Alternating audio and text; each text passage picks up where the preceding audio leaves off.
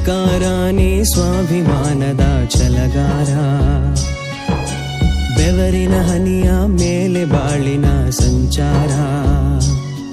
ಮಾನವ ಉಳಿಸೋ ಸಂಸ್ಕೃತಿಯ ಕಲೆಯನ್ನು ಬೆಳೆಸೋ, ಕಾಯಕವ ನಮಿಸಿ ಶ್ರಮಿಸೋ ಹರಿಕಾರನೇ.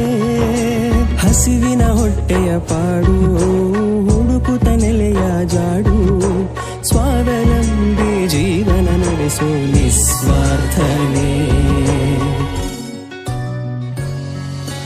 ನೇಕಾರಾನಿ ಸ್ವಾಭಿಮಾನದ ಛಲಗಾರ,